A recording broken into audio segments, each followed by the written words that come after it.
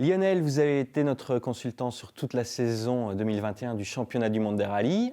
On s'est bien amusé et à tout seigneur, tout honneur, on va commencer par la saison de Sébastien Ogier, 8 fois champion du monde. Il n'a pas vraiment été inquiété cette année. Non, il n'a pas vraiment été inquiété, même si le championnat quand même s'est malgré tout joué sur la dernière manche à Monza, en Italie. Bon, la bagarre était encore relativement relevée avec son coéquipier Evans, c'est certain, mais il avait déjà démarré une saison haut la main avec son rallye local, je dirais, son rallye à la maison, avec le rallye de Monte-Carlo à Gap qui est chez lui. Une victoire d'entrée de jeu, beaucoup de victoires pendant l'année, et puis c'est vrai qu'il a dominé parfaitement son sujet, alors que pourtant il a eu les conditions délicates pendant la saison, il a dû ouvrir la route sur la terre, évidemment, comme chaque année. Il a aussi eu quelques rallyes un petit peu en dents de scie, notamment en fin de saison, à partir du rallye de Ypres, où l'équipe Toyota avait fait des essais un petit peu plus compliqués, qui ne représentaient pas tout à fait les spéciales du rallye, et puis les deux rallyes avant le rallye de Monza, où ils étaient un petit peu moins performants.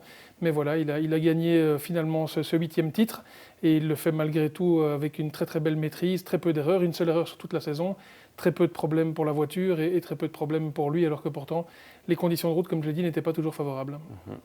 Il va faire ses adieux ou des demi-adieux au WRC puisqu'il ne disputera que quelques épreuves l'an prochain. Ça va être bizarre, non, le championnat du monde des rallyes sans Sébastien Ogier? C'est vrai, bon, je reste encore prudent, je dirais, suite à cette décision. On sait qu'il sera au Monte-Carlo, bien entendu. Le Monte-Carlo sera tout nouveau pour 2022. Ça ne sera plus basé à Gap, mais bien à Monaco. Les spéciales seront pour 95% différentes des années précédentes et ce sera un rallye avec beaucoup de nouvelles choses. Les nouvelles voitures 2022, nouvelles voitures hybrides, bien sûr. Des voitures qui ont été développées un petit peu à la hâte et on le sait bien, qui arrivent maintenant seulement en production à quelques semaines du rallye. Donc ça va être beaucoup de changements. Et pour lui aussi, la manière de les conduire. Un nouveau rallye avec beaucoup de spéciales différentes, des conditions aussi qui seront certainement très différentes de la région de Gap. Donc la saison 2022 va être différente. Sébastien Ogier va démarrer le Monte-Carlo. Son engagement serait partiel seulement pour l'année prochaine, mais personne n'en sait vraiment plus. Même lui, je pense, aujourd'hui, n'en sait pas réellement plus. Ça va dépendre de son implication chez Toyota dans le championnat WEC. Aujourd'hui, Toyota a déjà communiqué sur ses pilotes et Sébastien Ogier ne fait pas partie. Donc il va devoir encore gravir les échelons. Il va essayer d'être présent au Mans. Il va essayer d'être présent en plus du simulateur sur les séances d'essai de la nouvelle voiture Hypercar pour l'équipe Toyota. Donc j'imagine en tout cas qu'il va essayer de se lancer en début de saison. Après une victoire au Monte-Carlo pour Sébastien Ogier, tout est possible. Imaginons qu'il soit même encore en Suède avec un bon résultat pour la deuxième course. En tout cas, j'ai toujours pensé que c'était un homme de record et qui, même s'il dit qu'il n'y fait pas attention, on pourrait quand même malgré tout le revoir un peu plus que ce qu'il n'y paraît. Oui, parce qu'on sait le record, c'est celui de Sébastien Loeb, 9 titres mondiaux. Ce qui est certain par contre, c'est que ce sera avec un nouveau copilote, puisque Julien Ingrassia a décidé bien d'arrêter les frais, d'arrêter le copilotage. Oui, tout à fait. Il a décidé d'arrêter après beaucoup de titres, beaucoup de courses. Il ne se voyait pas repartir une nouvelle saison, certainement pas en tout cas une saison partielle. Ça ne l'intéressait plus. Il avait d'autres projets personnels et qu'il souhaitait mettre en priorité avec sa famille, avec les déplacements aussi qu'il souhaitait faire, quelques voyages qui n'étaient pas dans le cadre du rallye. C'est quelqu'un qu'on va revoir dans le sport automobile, ça j'en suis certain. Je ne pense pas qu'on le reverra copilote professionnel l'année prochaine, mais on le reverra certainement de manière ponctuelle ou peut-être impliqué dans une équipe. Il y a pas mal de place pour un copilote comme lui très organisé, que ce soit dans des teams en tant que team manager ou en tant que responsable sportif ou du coaching. Puis c'est quelqu'un qui a d'autres passions que le rallye, donc c'est certain que lui ne sera plus partie de l'aventure. On a un nouveau copilote qui est quelqu'un qui a déjà travaillé beaucoup avec Sébastien Ogier l'année passée, qui était son copilote ouvreur. Et puis voilà, ce sera aussi un nouveau duo. On en a eu pas mal cette année avec beaucoup d'équipages qui ont changé de coéquipier cette année. Voilà, la valse des copilotes, ça a été un des sujets forts de cette saison, un des thèmes dont on n'avait pas particulièrement parlé ces dernières années. Et ça a commencé juste avant le Monte-Carlo 2021, avec une annonce très surprenante, c'est Thierry Neuville qui se séparait de Nicolas Gilsoul. Ouais, plus que surprenante, tout le monde est tombé de sa chaise quand ils ont annoncé que le couple se séparait. Il n'y avait pas réellement, en tout cas, de raison d'imaginer cette séparation, en tout cas aussi brutale, et seulement à quelques jours du Monte-Carlo, parce qu'ils avaient déjà fait tous les deux les essais préparatifs, les essais d'exploitation à une semaine du rallye. Et puis voilà, le couple s'est séparé avant même d'aller entamer les reconnaissances. On se demandait même ce qui allait pouvoir se passer entre Thierry et un nouveau copilote. Et puis c'est Martijn Windhage qui est monté dans la voiture. Bon, c'est vrai qu'ils se connaissaient déjà bien. Martijn, c'est quelqu'un qui avait déjà travaillé avec Thierry, avec le RACB et surtout avec Hyundai. Hyundai. Il avait été souvent copilote pour Craig Breen à l'époque en essai. Il avait souvent aussi préparé des séances d'essai pour le team. Donc voilà, le duo s'est formé assez rapidement.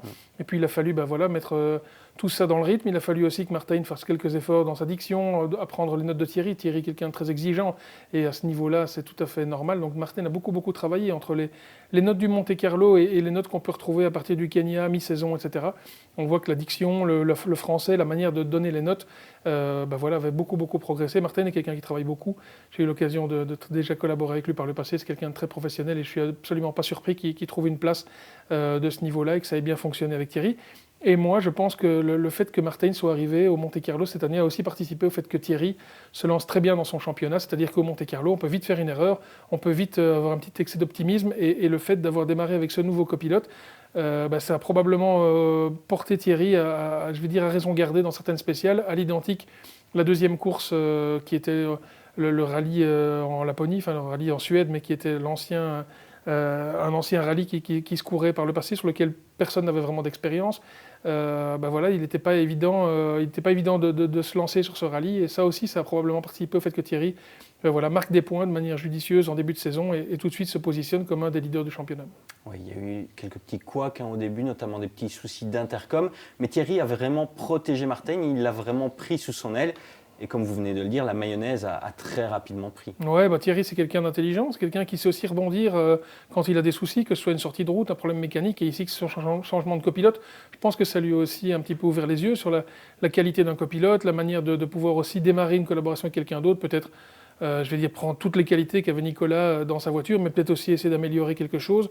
Avec d'autres visions du copilote et de notre expérience qu'avait Martin. Ça permettait aussi de démarrer cette nouvelle collaboration en vue de plusieurs années chez Hyundai, avec les hybrides qui arrivaient derrière, et forcément d'essayer de redémarrer plus fort. Et ça, Thierry, c'est une première qualité chez lui. C'est vrai que quand on le voit un petit peu en difficulté, c'est vrai que quand on voit un rallye où ça s'est mal passé, on le voit souvent très combatif et de manière très engagée dans le rallye suivant, à essayer de se remettre dans la bagarre et de se remettre au mieux tout de suite dans le championnat et dans la compétition. Je pense que l'arrivée de Martin, ça lui a aussi ouvert les yeux, je pense en tout cas, sur la manière d'essayer de progresser encore un petit peu et certainement de l'écouter et comme tu l'as dit, de le protéger pour pouvoir relancer le championnat 2021 le plus vite possible. Thierry Neuville en 2021, il dit « c'est une de mes meilleures saisons » et pourtant les résultats ne sont pas là. C'est le problème au manque de fiabilité de sa voiture cette année ?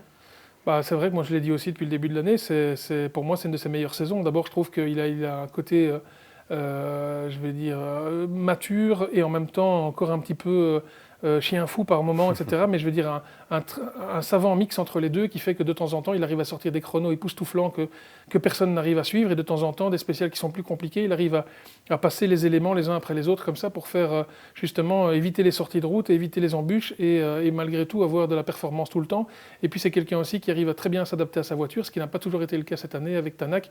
Évidemment, c'était le cas aussi pour Solberg qui était plus jeune dans cette voiture-là mais qui a eu plus de difficultés aussi au tout début de son intégration dans le team, même ponctuellement. Donc je pense que Thierry a fait une très très belle saison, il était performant, il était fiable. Évidemment, on en a parlé assez cette année avec Olivier quand on a suivi les rallyes.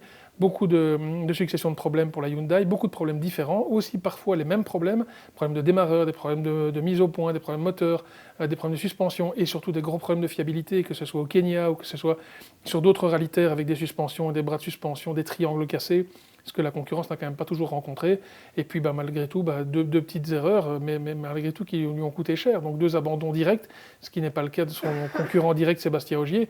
Et pour Evans, c'est pareil, c'est une seule faute directe. Donc pour Thierry, c'est sûr que le bilan et le tout cumulé fait qu'il a été écarté du championnat avant la fin. 2 victoires pour Thierry Neuville en 2021.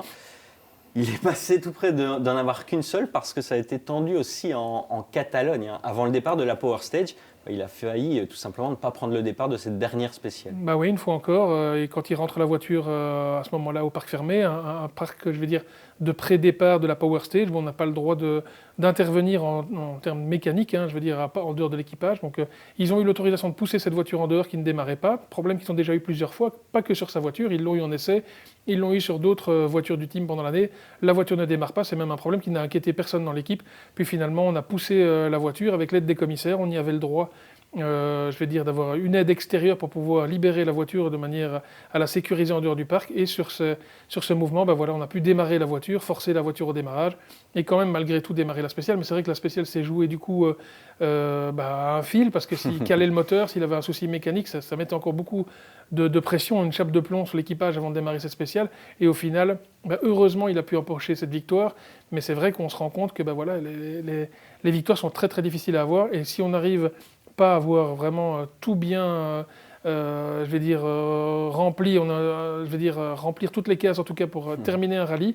La performance du pilote, les bonnes reconnaissances, les bonnes notes d'ouvreur, mais aussi la fiabilité du team et la bonne mise au point, donc la bonne séance d'essai avant le rallye pour préparer. C'est vrai que dans ce cas-là, ça devient très difficile pour gagner. Et le Catalogne l'a bien prouvé, tout à fait à l'inverse du rallye de Ypres, où là, il a dominé le sujet de la tête et des épaules, du début de course jusqu'à la fin de la course.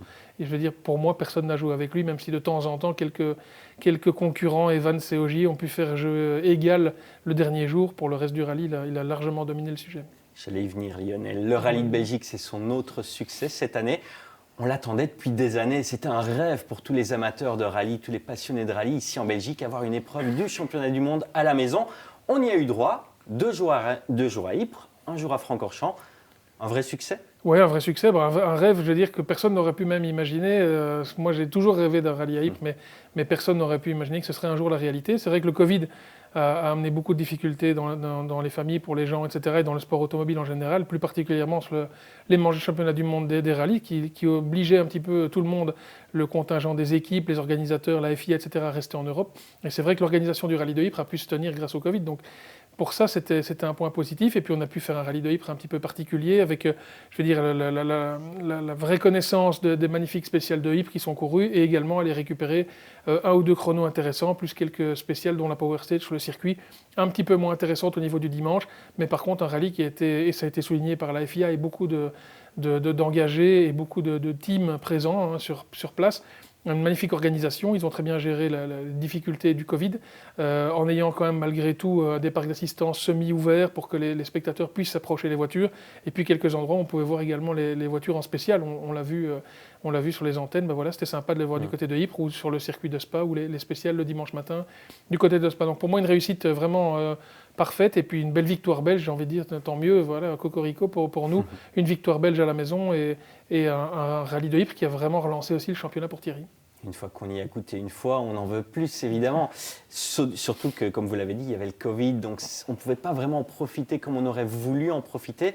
Est-ce qu'à l'avenir, on peut rêver d'avoir à nouveau Ypres au calendrier du championnat du monde ? On peut toujours rêver, on l'a obtenu ici. Je sais que voilà, Ypres est toujours candidat, le rallye de Belgique est toujours candidat au championnat 2022. Il reste une manche encore attribuée. Maintenant, ce n'est pas le rallye de Ypres qui empoche la priorité pour l'instant. Il y a d'autres rallyes dans les pays de l'Est, ou principalement le rallye d'Irlande qui est toujours très bien positionné. Et puis en sport automobile, comme dans beaucoup d'autres sports professionnels, ben voilà, c'est toujours des questions d'argent, c'est aussi des questions d'organisation. Bon, le rallye de Ypres n'est peut-être pas le premier rallye à sortir par le promoteur pour avoir du financement, des partenaires, etc. On n'a pas de constructeur automobile, c'est le cas dans d'autres pays. On n'a pas toujours forcément une priorité en termes de marché pour des partenaires et des annonceurs importants. Donc le rallye de Ypres n'est pas forcément celui qu'on doit être en premier à sortir. Maintenant, la FIA avait en tout cas annoncé que dans le cas de recrudescence de Covid, ce que personne ne souhaite, mais si ça arrivait, c'est vrai que le rallye de Ypres avait tellement bien rempli sa part en termes d'organisation, de promotion, de régulation des spectateurs, la gestion des tickets vendus et la protection entre guillemets des équipes et la gestion globale de ce rallye-là qui font quand même toujours partie des candidats, même s'il y a quand même très peu de chances que ça arrive en 2022. J'imagine que les instances dirigeantes, le RACB et aussi l'intérêt des importateurs malgré tout, avec toujours un pilote belge présent au plus haut niveau, ben voilà, avec toujours un intérêt probablement d'avoir un rallye chez nous, parce que c'est vrai qu'en termes de retombées, le rallye de Ypres, on en a parlé toute la deuxième moitié de saison, et je pense que pour Thierry, c'est vrai que c'est un cadre assez particulier. On a parlé des deux leaders des deux grandes équipes, Toyota et Hyundai, Sébastien Ogier et Thierry Neuville. On va parler des numéros 2, en tout cas, c'est la hiérarchie qui a été établie la saison dernière. Elfyn Evans, plutôt bonne saison. Et Ott Tanak, une petite déception quand même ? Oui, pour Elfyn Evans, on parle de numéro 2 qui est presque un numéro 1 maintenant. Il sera numéro 1 très bientôt si Ogier en tout cas n'est plus son chef de file pour toute la saison. Il a, comme c'était le cas en 2020, il s'est aussi battu jusqu'à la dernière course et il aurait pu gagner quand on voit à Monza Ogier qui touche sa jante avant droite dans un bloc de béton sur le circuit. On sait que si Ogier abandonne à ce moment-là, c'est Evans qui est champion. Donc malgré tout, il aura quand même eu Une très très belle bagarre entre les deux, et Evans c'est quand même quelqu'un de très constant. Et en plus on sait qu'Evans n'a pas fait non plus une super brillante mi-saison, les 4-5 rallyes au milieu, il avait toujours du mal à s'imposer le vendredi, le samedi, pour revenir très rapidement le dimanche et se positionner de nouveau aux avant-postes, mais il était un petit peu moins mordant, il était un petit peu moins engagé et très performant sur les journées du vendredi et de samedi. Maintenant, sur l'ensemble de la saison, c'est quelqu'un qui est fiable, c'est quelqu'un aussi qui a réussi à mettre la voiture à sa main, parce qu'il roule de manière très très différente. On le voit dans les caméras embarquées, on le voit dans les passages extérieurs. Il est un petit peu plus agressif, il demande un petit peu plus à la voiture en termes de train avant et de train arrière par rapport à Ogier qui roule avec une voiture qui semble beaucoup plus fluide et de manière beaucoup plus décontracte. Donc ça, c'est vrai que voilà, pour lui, une très très bonne saison, et l'année prochaine, aucun doute qu'il aura le rôle de numéro 1 chez Toyota. Après, pour Tanak, oui, c'est une déception pour moi et pour pas mal de suiveurs, parce que d'entrée de jeu, il a eu un petit peu plus difficile, il a eu quelques problèmes de fiabilité, certes, mais il a aussi été beaucoup plus à la faute. Et puis tout n'est pas de sa faute, il a pris des risques, par exemple au Monte-Carlo, il abandonne très très rapidement parce qu'il n'a pas de roue de secours, mais il va aussi vers une double crevaison qui a raison de lui, puis il a aussi un petit problème de fiabilité dans la foulée, et puis il fait aussi 2 petites erreurs, et je l'ai trouvé un petit peu plus décevant sur la deuxième moitié de saison, effacé, et pour même ne pas être présent sur le rallye Monza pour des raisons personnelles, ce qui en dit long sur la volonté en tout cas d'être présent sur la dernière course et qu'on fasse appel à lui. Alors bien sûr, il sera en contrat 2022 avec Hyundai, bien sûr, une nouvelle saison, ça change tout. Ce serait intéressant de suivre les 2-3 premiers rallyes pour voir si, avec la nouvelle voiture, l'arrivée de Christian Lurieux dans l'équipe, qui est quand même un ingénieur, un concepteur qui a toujours travaillé en étroite collaboration avec Tanak à l'époque d'M-Sport et Ford. Donc c'est aussi quelqu'un qui se connaisse bien. Il y a aussi pas mal de choses qui arrivent sur la nouvelle voiture à la demande de Hott. Donc ça va aussi un petit peu remanier les cartes. Et c'est vrai que si les 2-3 premiers rallyes se passent bien pour lui, on l'aura tout à fait comme leader. Et si ce n'est pas le cas, on aura beaucoup plus de mal de le voir exploser en courant de saison. Ce sont sur les premiers rallyes, Monte-Carlo, Suède, et puis très rapidement sur les rallyes plus compliqués. En tout cas jusqu'au rallye du Kenya, 5 ou 6e manche. Je veux dire, si on le voit se positionner en tête, on pense qu'on aura beaucoup plus difficile d'aller le rechercher que s'il a des problèmes d'entrée de jeu. Les jeunes loups de la saison dernière, on a 2 Nordiques et un Français. Les Nordiques, c'est Kalle Rovanperä, qui s'est vraiment révélé au grand jour, même si on savait qu'il avait un énorme potentiel. Et Oliver Solberg, des débuts un peu compliqués. Et le troisième, le Français, c'est Adrien Fourmeau, qui au volant d'une Ford, qui est un peu en deçà au niveau des performances de la Toyota et de la Hyundai, a sorti aussi quelques performances très intéressantes. Ouais, pour Adrien, une super première saison. D'ailleurs, lui-même ne savait pas exactement vers quoi il s'engageait cette année. Entre des courses en WRC, il devait alterner avec la catégorie Rallye 2 inférieure, donc il n'y avait pas vraiment de contrat très, très, très précis chez Ford. Il était copiloté par Renaud Jamoul jusqu'à 2 ou 3 manches de la fin du championnat. Et donc voilà, ça a très bien démarré la saison pour lui. C'est vrai qu'il a tout de suite montré de bonnes aptitudes, bonnes performances. On lui demandait simplement de terminer, et puis le voilà déjà positionné à faire des top 3, top 4 les dimanches, et se positionner dans le top 5 des rallyes avec la WRC. Et puis c'était un petit peu plus compliqué pour son coéquipier... Gus Greensmith. Non, Gus Greensmith, il a fait une bonne saison, il était présent à chaque fois, mais c'était le cas plutôt pour Timo Sunninen, pardon, ouais. Voilà, qui lui avait son volant prévu en WRC toute l'année, puis ils ont commencé à faire une règle d'alternance, et puis c'est là où il a été très bon, et jusqu'avant le rallye de Ypres, il avait vraiment montré qu'il fallait compter sur lui, montré qu'il fallait... En tout cas, essayer de le faire rouler un maximum sur la WRC, en dehors de sa sortie à Ypres, qui a été déterminante, je dirais, pour la suite de la saison, avec une grosse sortie, voiture détruite, alors qu'elle venait d'être construite pour lui sur ce rallye-là. Et puis la séparation avec Renault, 3 rallyes avant la fin, qui a repris un petit peu plus de difficulté aussi pour lui, de reprendre un nouveau copilote, de se remettre dans le rythme, etc., pour terminer finalement sur un rallye un petit peu plus compliqué avec une sortie de route à Monza, mais malgré tout une bonne performance sur toute la saison. Donc on ne l'a pas encore annoncé chez M-Sport l'an prochain, mais on sait qu'il a travaillé en développement ou simulateur, et depuis le début de la saison passée sur la voiture 2022, donc aucun doute en tout cas qu'il sera au départ de son rallye le Monte-Carlo, et puis que en fonction des résultats, comme souvent ça a été le cas par le passé chez M-Sport, on a connu ça bien souvent avec Latvala, on a connu ça avec d'autres pilotes. Il va démarrer la saison certainement, et puis en fonction de ses résultats, j'imagine qu'on pourrait le revoir dans la catégorie inférieure si les résultats n'étaient pas là, mais vu la progression du garçon, vu la manière dont il a pu se battre cette année, même si Gus Greensmith fait une très bonne saison, on a vu quand même Fourmeau sur les rallyes sur la terre, en tout cas distancer un petit peu tous ses coéquipiers cette année. Et pour Rovanperä, oui, en effet, il n'y avait pas réellement de de secret. On savait qu'il était très rapide, on savait aussi qu'il était engagé pour du long terme chez Toyota. Première victoire, pas chez lui, mais en Estonie, mais sur un terrain qu'il connaît très bien, très proche de la Finlande. Deuxième victoire par la suite, menée de main de maître. Et puis surtout, un garçon attachant, relativement discret, qui a su se faire sa part belle chez Toyota en roulant beaucoup en développement, etc. pour finalement, faire un rallye de Monza dernière manche, où il a roulé pour Toyota, simplement pour le compte de terminer et pouvoir laisser les deux autres pilotes Toyota, Ogier et Evans, en découdre pour le titre, en terminant un rallye, en terminant simplement pour la 7e place, voilà, simplement terminer les spéciales, montrer aussi qu'il savait rouler avec sa tête, montrer qu'il savait aussi rouler pour les autres, rouler pour son constructeur. Il va démarrer le Monte-Carlo, à mon avis, avec beaucoup d'atouts, beaucoup de cartes en main, et le fait que Sébastien Ogier ne sera plus que probablement pas présent toute la saison, ça pourrait simplement le remettre aussi au niveau de Evans en position de pilote leader, ou en tout cas en position de pilote de marquer des points et de gros points sur chaque course. 2022, c'est déjà demain, avec le Monte-Carlo prévu fin janvier. Ouais. On est vraiment impatient d'y être parce qu'avec ces nouvelles voitures, le nouveau découpage de l'épreuve, on ne sait vraiment pas à quoi s'attendre. Ouais, non, Monte-Carlo, c'est déjà aujourd'hui. Donc les sessions d'homologation des nouvelles voitures sont en cours. La Toyota la semaine dernière. Cette semaine, c'était autour de la Ford. La semaine prochaine, la Hyundai. C'est-à-dire qu'avant Noël, toutes les voitures seront homologuées, terminées pour pouvoir faire des modifications techniques par la suite. On a encore une semaine de développement qui est prévu pour tous les constructeurs la première semaine de janvier. Et dès la deuxième semaine, à partir du 10 janvier, on sera sur les séances d'essai exploitation. Donc vraiment le fine-tuning, les derniers petits réglages. Et tout le monde sera présent. Le 16 pour démarrer les reconnaissances, 3 jours de reconnaissance, lundi, mardi, mercredi. Jeudi matin, le shakedown et les 3 jours de course. Et ce sera une édition toute particulière du Monte-Carlo parce que, comme je l'ai dit tout à l'heure, 90%, 95% du parcours est nouveau.